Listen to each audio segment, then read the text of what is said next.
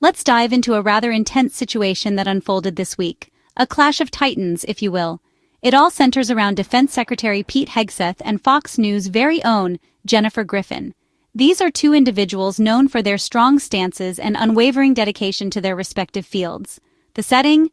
None other than a Pentagon press conference. A place where information is disseminated, questions are asked, and sometimes sparks fly.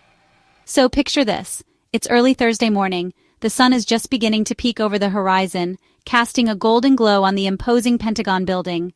Inside, the Pentagon press room is buzzing with anticipation.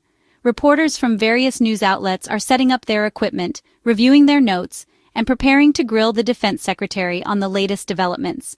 Among them is JenniferGriffin, a seasoned journalist who has dedicated years to covering national security issues. She's known for her sharp intellect, her meticulous research, and her ability to ask the tough questions that others might shy away from. As the press conference gets underway, Griffin seizes the opportunity to pose a pointed question to Hegseth, a question that cuts right to the heart of a sensitive matter.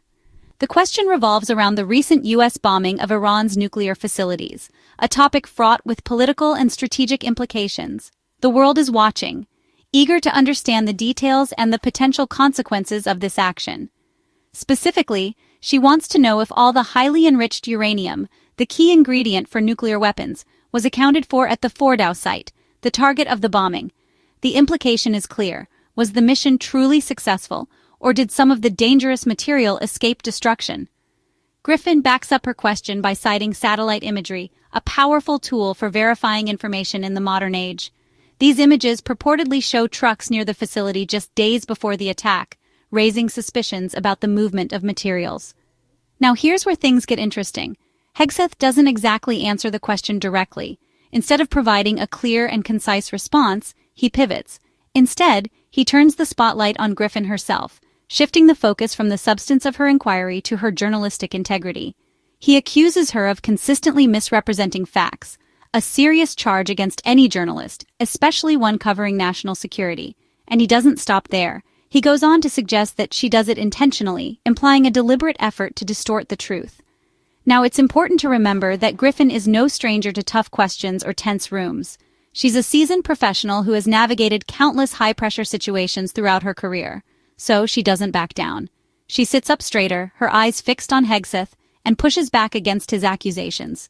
She reminds everyone in the room and those watching around the world that she was the first to accurately report on critical details of past military operations, including the B-2 bombers. She highlights her exclusive coverage of the aerial refueling procedures, a complex and vital aspect of these missions.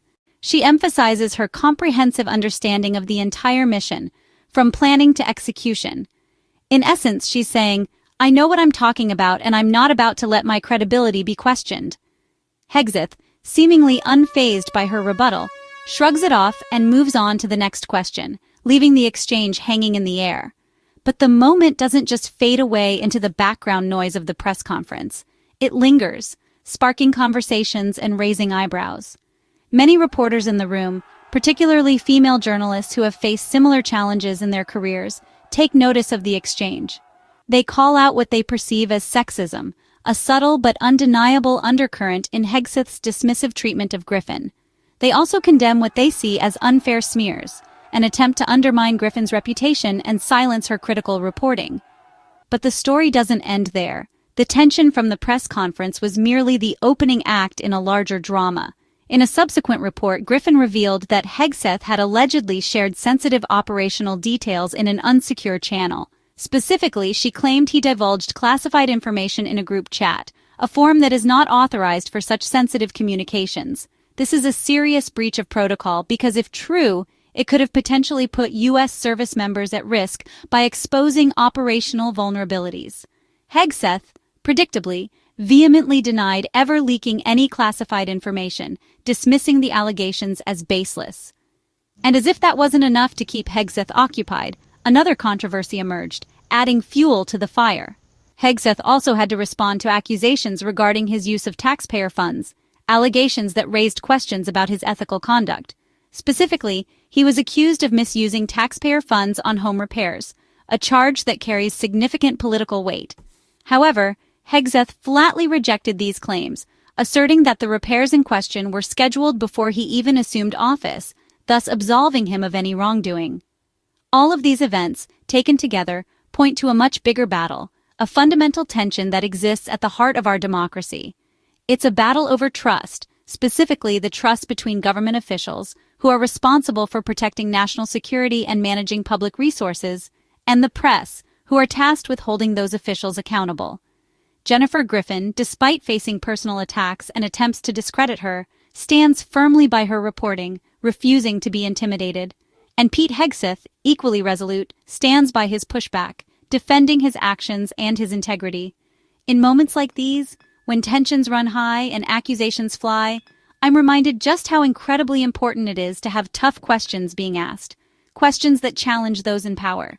And equally important, we need real answers, answers that are transparent, honest, and accountable.